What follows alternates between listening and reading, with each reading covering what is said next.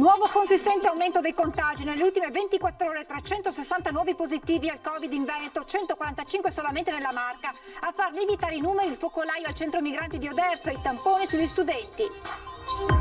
Ancora bulli in azione a Mogliano Veneto, stavolta vittime di un gruppo di ragazzi 3 undicenni insultati e spintonati. Il sindaco alle famiglie denunciate questi episodi. Minaccia con la pistola ai clienti di un pub a Fonte, esplodendo alcuni colpi in aria, poi fugge, arrestato dai carabinieri un 47enne, in casa nascondeva armi e munizioni. A Cassugana, commercianti e lavoratori delle attività che ruotano intorno all'aeroporto incontrano il sindaco, o lo scalo riapre, dicono, o per noi è finita. A Carbonera, allarme furti, ieri sera ben 3 tentativi in 3 punti diversi del territorio, ladri messi in fuga dalle urla dei cittadini. Il grido d'allarme delle farmacie per la mancanza di vaccino anti-influenzale sugli scaffali, e così Farmacie Unite lancia una raccolta firme per far sentire la voce dei cittadini. Studenti in bici contromano sulla pista ciclabile in Viale Europa a Treviso. La protesta dei residenti è un problema di sicurezza e senso civico, spiegano.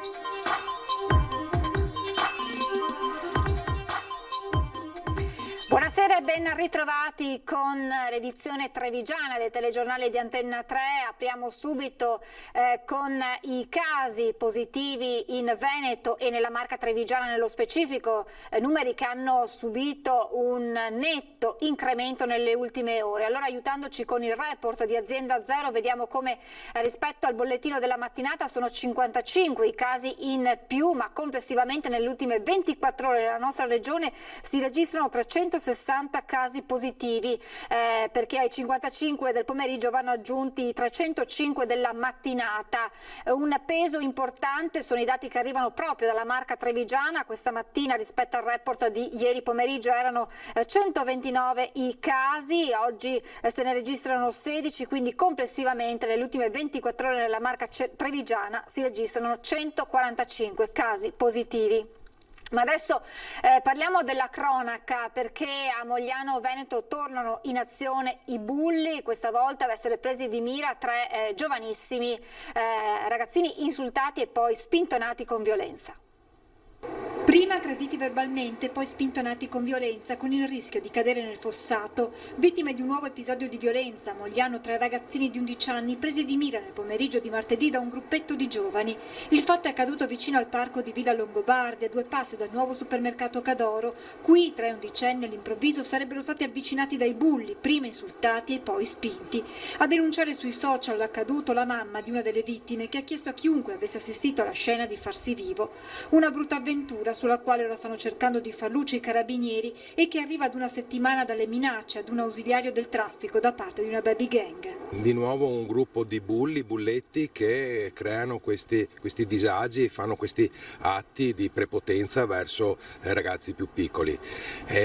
Assolutamente questi fatti vanno denunciati alle autorità. Dopo un incontro in prefettura convocato qualche giorno dopo l'aggressione all'ausiliario, sono stati intensificati i controlli per contrastare episodi simili. Abbiamo messo delle pattuglie in centro a piedi della polizia locale e verranno anche aiutati i carabinieri, nel senso che arriverà il corpo speciale a fare dei pattugliamenti qui in città. Intanto i carabinieri hanno identificato 3 giovani moldavi di 28, 21 e 19 anni che lo scorso 18 luglio avevano apostrofato pesantemente una studentessa ventenne seduta al tavolino di un bar insieme al fidanzato 24enne di nazionalità marocchina. Di fronte a quelle parole il ragazzo aveva reagito, ma i 3, anziché allontanarsi, si erano scagliati contro i 2, colpendo la coppia.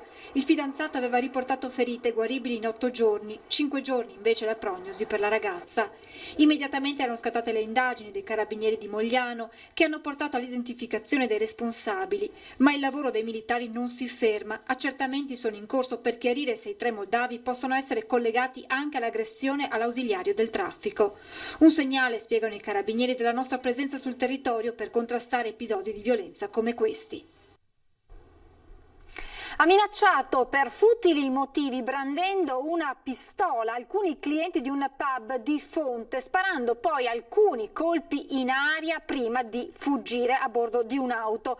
Protagonista di quanto accaduto nella tarda serata di ieri, un 47enne vicentino ma residente nella zona. Immediatamente sono scattate le ricerche del responsabile da parte dei carabinieri di Castelfranco, che hanno rintracciato l'uomo in un'abitazione. Qui una successiva perquisizione ha portato alla luce una pistola Beretta con matricola brasa, caricatore con 8 cartucce, un fucile doppietta calibro 16 sulla cui provenienza sono in corso accertamenti, con un'ottantina di cartucce e una roncola. Le armi sono state sequestrate mentre l'uomo è stato arrestato in flagranza di reato per porto e detenzione di armi clandestine, porto di oggetti atti ad offendere, minaccia e ricettazione.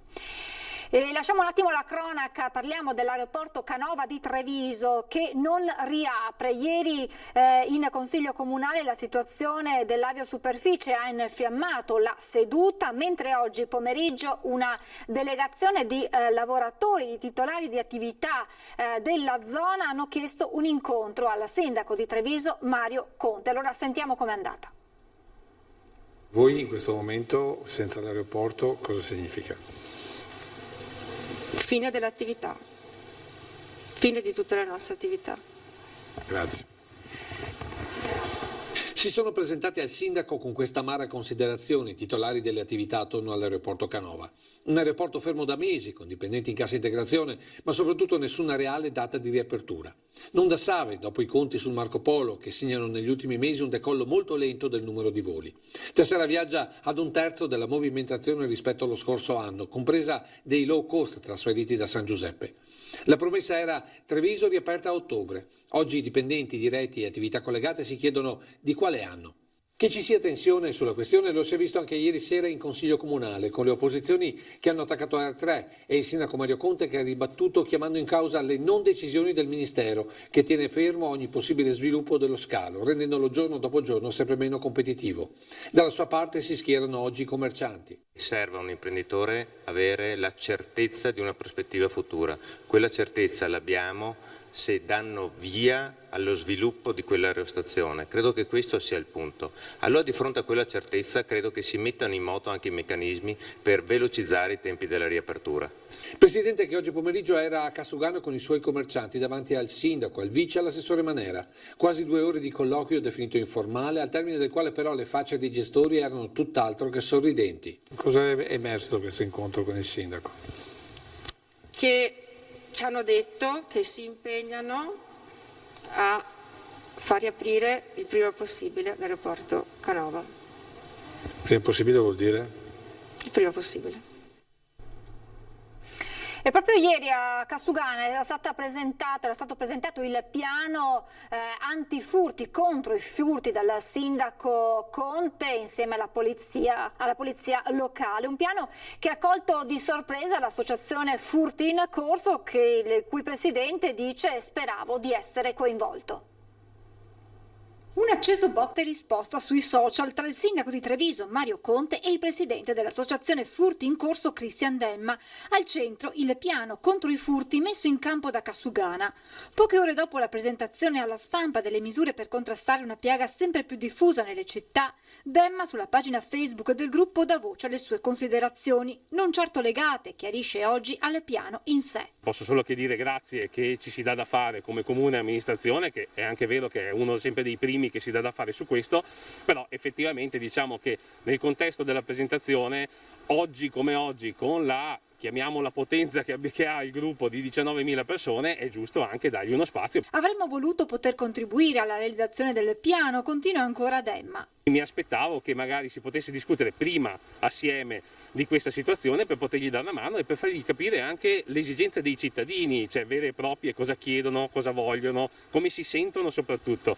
Quindi era quello. Dal presidente di Furti in Corso poi una richiesta al sindaco Conte. Siamo sempre lì, con la porta aperta, perché io, come abbiamo fatto l'incontro già con lui e anche col comandante Gallo, per dargli la disponibilità, ci siamo ancora e vogliamo collaborare insieme. Ma Demma chiede anche a Conte, in qualità di presidente ANCI Veneto, di fare da intermediario con gli altri suoi colleghi sindaci. Conosce me, conosce l'associazione, conosce tutto e quindi diamoci tutti una mano e ci fa da testimonial nei vari comuni per rendere la città più sicura.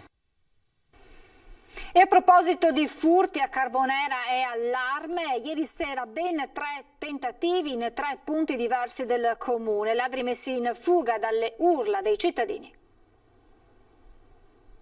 Come ho visto gli due che saltavano, ho iniziato a gridare e sono fuggiti, insomma, tirandomi tra l'altro dietro dei cachi, dei frutti che stavano mangiando. Si sono permessi anche il lusso di mangiare dei cachi tra i malviventi che ieri sera hanno tentato un vero e proprio raid di furti a Carbonera. Il primo tentativo l'hanno fatto in questa casa di via Boschi. La proprietaria, una signora anziana, verso le 21 ha sentito dei rumori al piano terra, scoprendo che 3 individui stavano forzando una delle finestre. Subito si è messa ad urlare mettendo in fuga i ladri, che però non hanno desistito spostandosi in questo condominio a ridosso del locale ufficio postale. Qui hanno prima cercato di introdursi in questo appartamento al primo piano, ma hanno subito desistito disturbati dall'abbaiare dei cani all'interno, non prima comunque di segnare rovinando uno degli infissi.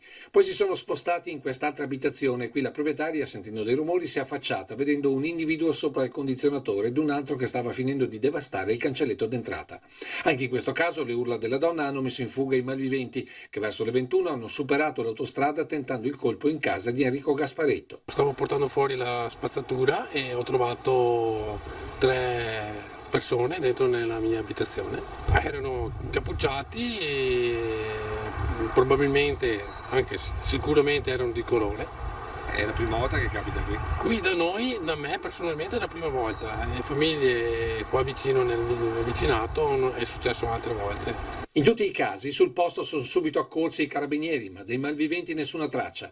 Così la popolazione chiede maggiori controlli al sindaco, che risponde così. È importantissimo in questo periodo non abbassare la guardia, tenere monitorate le proprie abitazioni, soprattutto nella fascia del tardo pomeriggio, e se possibile dare un occhio anche alle abitazioni dei propri vicini per garantire un buon controllo di vicinato. Segnalate quindi ogni situazione sospetta alle forze dell'ordine, polizia locale e carabinieri, oppure tramite i gruppi di controllo di vicinato. Una segnalazione può fare la differenza in questo periodo. E adesso il grido d'allarme delle farmacie per la mancanza di vaccino antinfluenzale sugli scaffali, e così Farmacie Unite lancia una raccolta firme per far sentire la voce dei cittadini. Siamo disposti ad andare a Roma se non si sviluppa qualcosa di buono. Il presidente di Farmacie Unite, Franco Muschietti Gariboldi, si dice pronto a raggiungere la capitale per far sentire la voce dei colleghi farmacisti preoccupati per le scorte di vaccino antinfluenzale. Siamo senza vaccini disponibili in farmacia per la popolazione e sono quei vaccini che di solito vengono dati a pagamento alle persone che ne fanno richiesta su ricetta medica, ovviamente. Non abbiamo notizie, nonostante alcune rassicurazioni, di poterli avere in farmacia nei tempi dovuti. Di fronte a questa situazione Farmacie Unite ha deciso di avviare una raccolta firme dal 3 al 16 ottobre per chiedere che le farmacie siano fornite in modo adeguato di vaccini antinfluenzale, in modo che tutti i cittadini, anche quelli che non rientrano nelle fasce cosiddette a rischio, possano accedere alla vaccinazione. Tutti i giorni abbiamo più richieste da parte dei cittadini. Quando arrivano i vaccini posso prenotarli, non mi lascerete mica senza. C'è un po' di angoscia da parte delle persone. Quest'anno abbiamo anche una richiesta maggiore di vaccini, proprio perché è stata fatta questa pubblicità giusta: dovete vaccinarvi. Sì, ma se non ci sono i vaccini si fa fatica a vaccinarsi. E ormai il periodo per la profilassi è alle porte. Il periodo vaccinale ideale è dopo la metà di ottobre fino ai primi di novembre, però insomma, mancano pochi giorni, quindi vorremmo delle rassicurazioni. Siamo fortemente preoccupati perché siamo già a ottobre e non sappiamo come andrà a finire. Con la raccolta firme, che coinvolgerà tutte le farmacie associate a Farmacie Unite, si punta ad ottenere delle risposte, ma in caso quelle rassicurazioni non dovessero arrivare, il passo successivo è già segnato. E andremo sotto il Ministero della Salute con il pacco di firme che abbiamo raccolte. Torniamo a parlare del degrado nell'area dell'ex Enel a Treviso. Ieri vi abbiamo mostrato le immagini della situazione con i residenti che chiedono l'intervento del comune. Ebbene, stasera le parole del sindaco di Treviso Mario Conte. io spesso li vedo entrare, sì, vedo dei movimenti particolari, sì.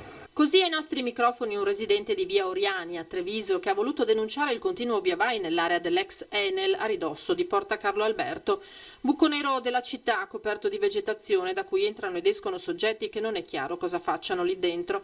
Accadeva anche durante il lockdown, una questione di degrado e di ordine pubblico della quale, pur essendo un'area privata, deve comunque farsi carico anche il comune. Ho visto il vostro servizio, era arrivata anche qualche segnalazione dai cittadini nei giorni scorsi, adesso attenzioneremo la zona con la polizia locale, ma soprattutto ci faremo portavoce del disagio dei cittadini con la proprietà. Conte conferma come la concertazione tra pubblico e privato per la riqualificazione del complesso stia proseguendo e anzi anticipa, pur senza sbottonarsi, che potrebbero esserci a breve delle importanti novità. Mi risulta che ci siano anche delle idee future, delle progettazioni in corso, quindi conto nel giro di pochi giorni di poter dare risposte concrete a quello che è un disagio dei nostri cittadini.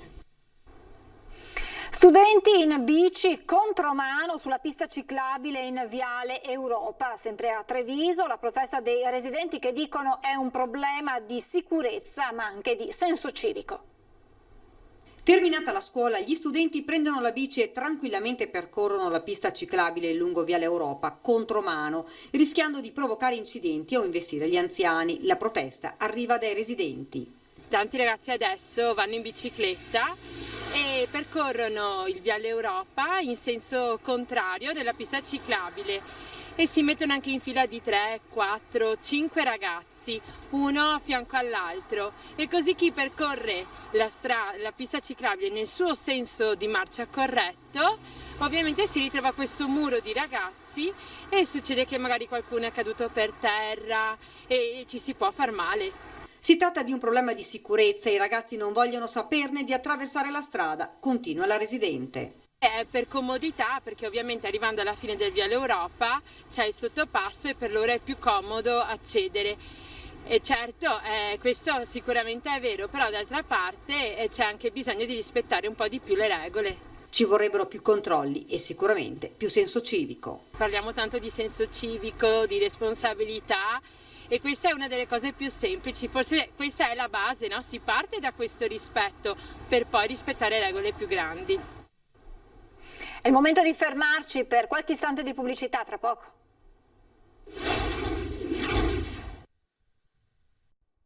Rieccoci in diretta con la politica e i ballottaggi di domenica e lunedì, occhi puntati su Castelfranco, dove lo scontro politico tra i due candidati si accende. Al centro la questione ospedale, tra chi, Marcon, sindaco uscente, difende le posizioni e le scelte condivise con l'amministrazione regionale, e chi, Sartoretto, difende le ragioni di un ritorno all'ospedale generalista.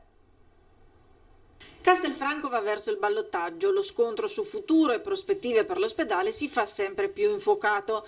Candidati a confronto, l'uno, il sindaco uscente Marcon, per difendere l'impegno profuso in questi anni, che parla in termini di riorganizzazione mirata e per ribadire la volontà di potenziamento dei servizi territoriali guardando al futuro. Il dopo sarà la costruzione del bunker di radioterapia, la completa implementazione dello IOV a San Giacomo, e il suo lavorare assieme ai reparti che sono rimasti all'ULS e il potenziamento dei servizi territoriali. I poliambulatori sono i temi che porteremo avanti nel prossimo quinquennio, perché Castelfranco Veneto assume una valenza nazionale rispetto alla specializzazione oncologica e non trascura le altre specialità che a Castelfranco Veneto ci sono. L'altro, Sartoretto, candidato del centro-sinistra, critico sulla gestione messa in campo finora sulla questione ospedale, scende in campo a difesa dell'ospedale generalista, ridotto, a sua detta, a centro di smistamento.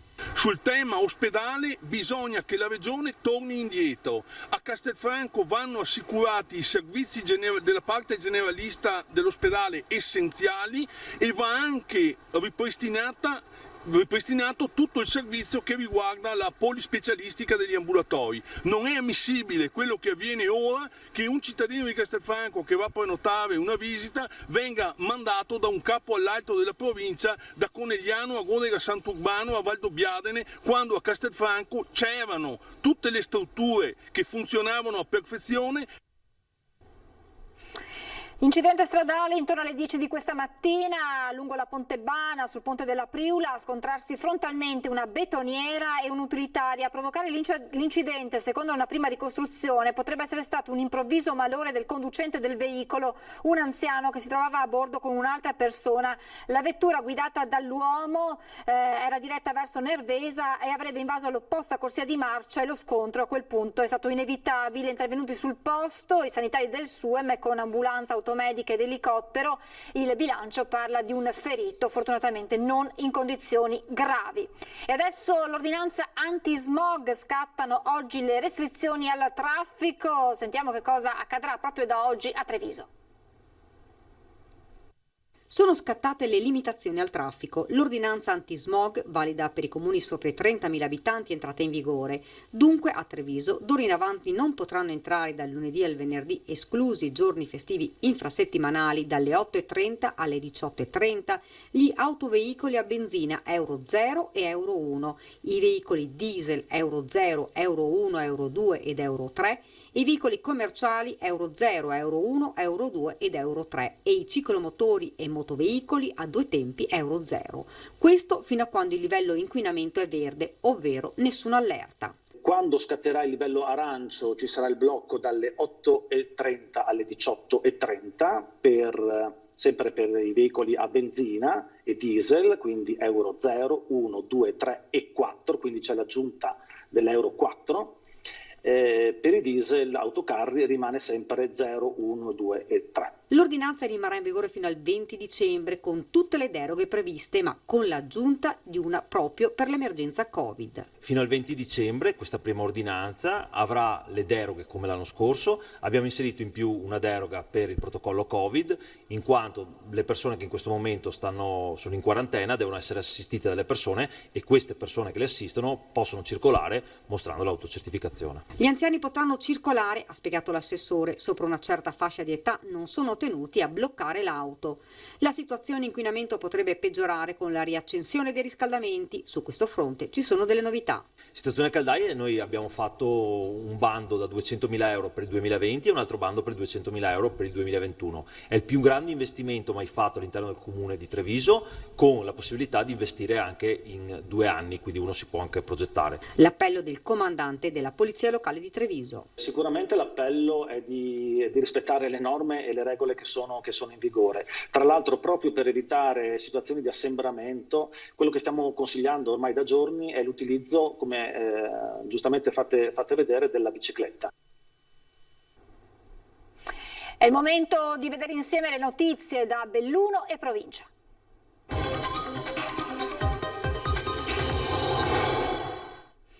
Iniziamo con gli aggiornamenti che arrivano dall'ULSS 1 sul fronte positività. Nel bellunese sono 8 quelle emerse nelle ultime 24 ore, 5 di queste afferenti al Cadore saranno valutate per possibili collegamenti col focolaio del Comelico.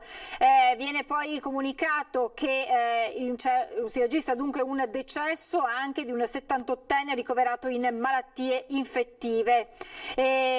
L'ULSS 1 fa sapere poi che al drive-in per soggetti asintomatici frequentanti la scuola sono stati eseguiti complessivamente 215 tamponi tra Belluno e Feltre. A partire da domani, venerdì 2 ottobre, al drive-in di Feltre, nella fascia oraria di accesso libero 8.30, 12.30 per bambini, ragazzi e adulti sintomatici frequentanti la scuola, sarà utilizzato il test antigenico rapido.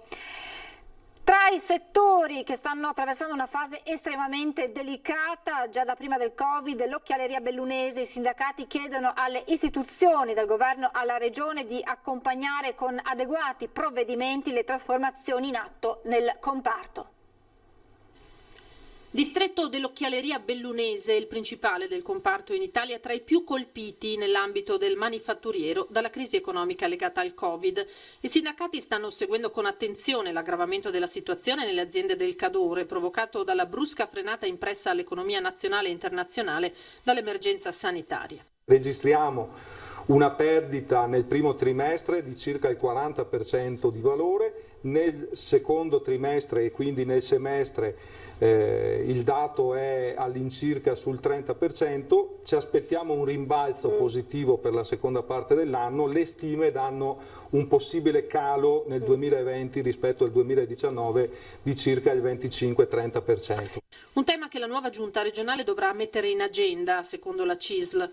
Ed è un distretto che sta attraversando una fase di profonda trasformazione. Sicuramente accelerata dagli effetti della crisi determinata dal Covid. Noi da tempo abbiamo promosso un tavolo di confronto nel tentativo di istituire un vero e proprio patto territoriale, perché le priorità che noi abbiamo sono essenzialmente da un lato la difesa e la tutela dei posti di lavoro e crediamo che questa difesa passi anche e soprattutto attraverso il rilancio e la tutela del Made in Italy e lo sviluppo di una nuova formazione professionale.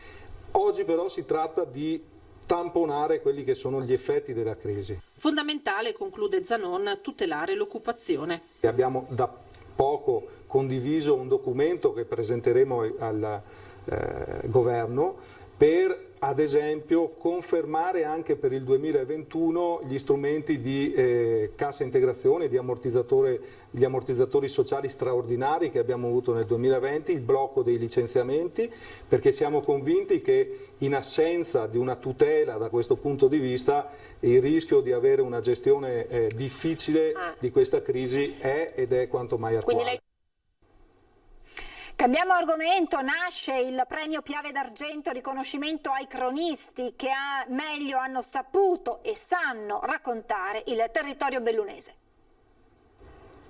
Un premio annuale destinato a chi meglio riesce a raccontare il bellunese e il suo territorio, dalle Dolomiti alla Valle del Piave, il paesaggio, l'arte, ma anche il tessuto economico.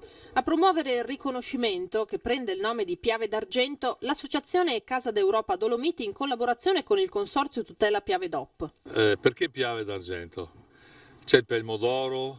Piave d'Argento perché il Piave caratterizza il nostro territorio da tutti i punti di vista culturali, turistici, enogastronomici.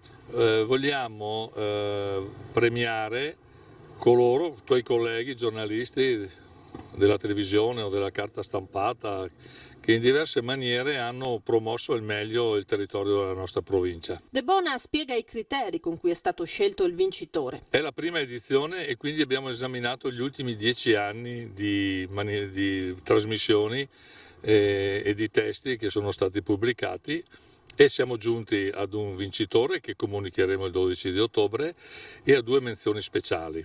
Quindi è una iniziativa che spero negli anni possa anche aggiungere un maggior valore anche alla conoscenza del nostro territorio. La premiazione il 12 ottobre nell'ambito dell'evento Dolomiti Show alla Fiera di Longarone. Abbiamo anche la garanzia che il premiato sarà presente a rappresentare l'emittente, la sua emittente, che sarà una emittente nazionale, e quindi vi aspettiamo tutti numerosi.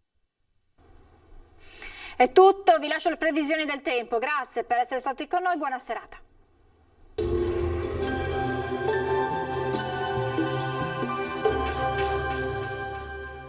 Società Agricola Torresan. Dai nostri animali nati e allevati nel cuore del Montello produciamo solo carni e salumi genuini. Nuova apertura a Ponzano Veneto.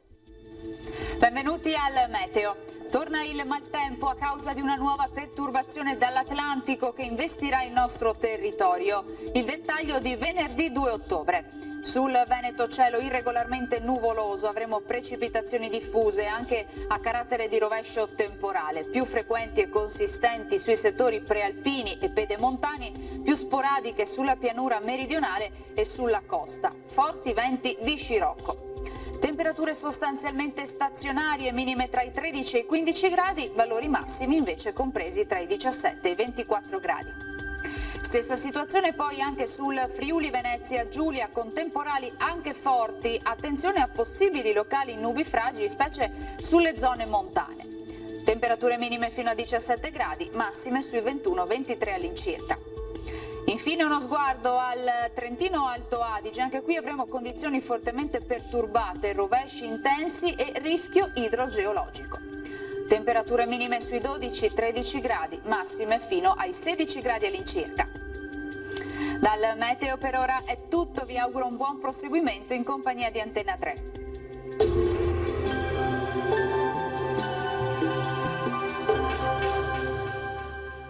Società Agricola Torresan. Dai nostri animali nati e allevati nel cuore del Montello produciamo solo carni e salumi genuini. Nuova apertura a Ponzano Veneto.